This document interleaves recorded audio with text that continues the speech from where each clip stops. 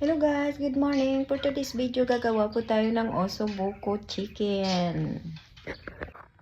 Siyempre, ihanda muna natin ang ating ingredients. Sa pagluluto po ng ossobuco ay ating 1 chicken na slice na malalaki. Tapos celery at saka carrots lang po. At saka tomato sauce. Ito po yung gagamitin ko. So guys, hiwain na natin po ang celery. Nang ganito.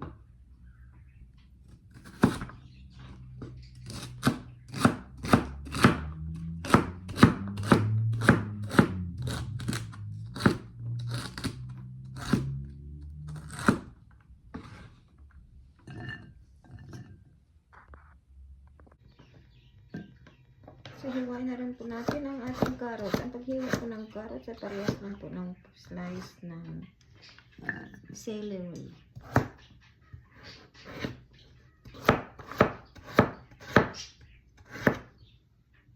Guys, so ngayon guys, na-slice ko ng aking carrots at saka celery. Dalawa lang po carrots at saka celery. Ito na po yung chicken. Umpisa na natin pagluluto. So guys, ipiprito lang natin ang sandali. Iba-brown lang natin.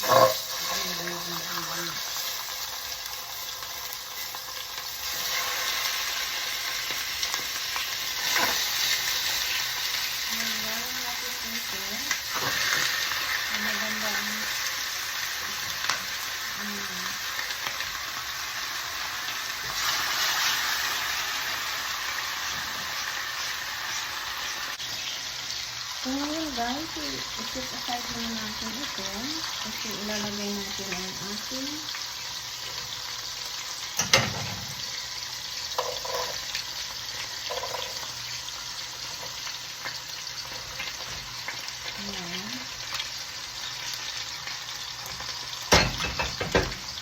dito naman natin ang konti.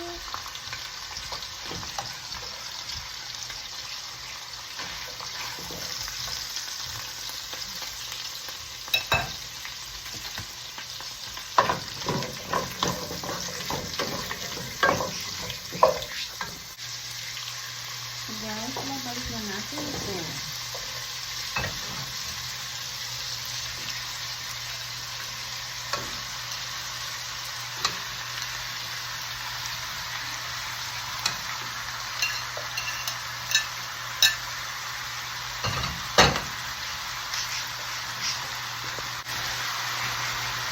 Ngayon po, mag-add po tayo ng native.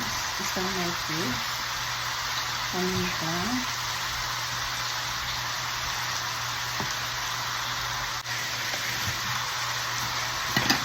Saka tomato sauce.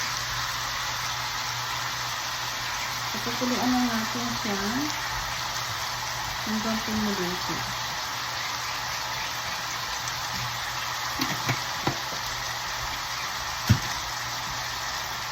Lagyan natin siya ng sabaw o water na isang ganito lang guys.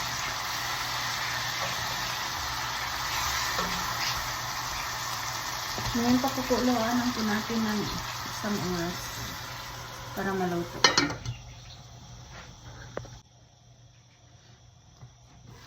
Ngayon guys, kumulo na. Ita-transfer na natin sa mahinang apoy.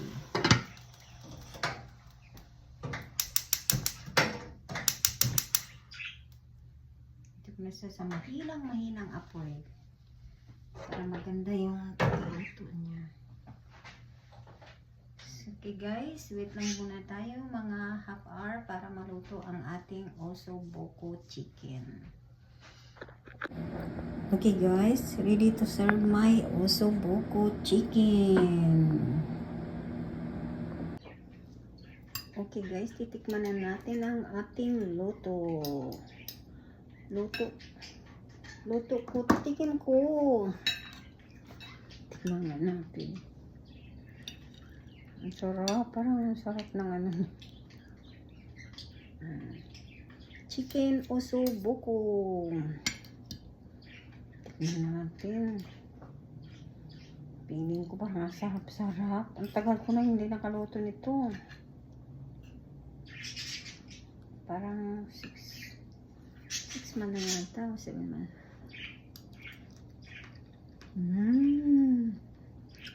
Dahil masarap. Lalo na pag beef.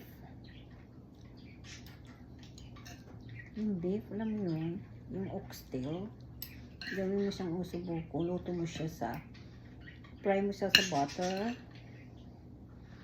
Carrots and celery lang.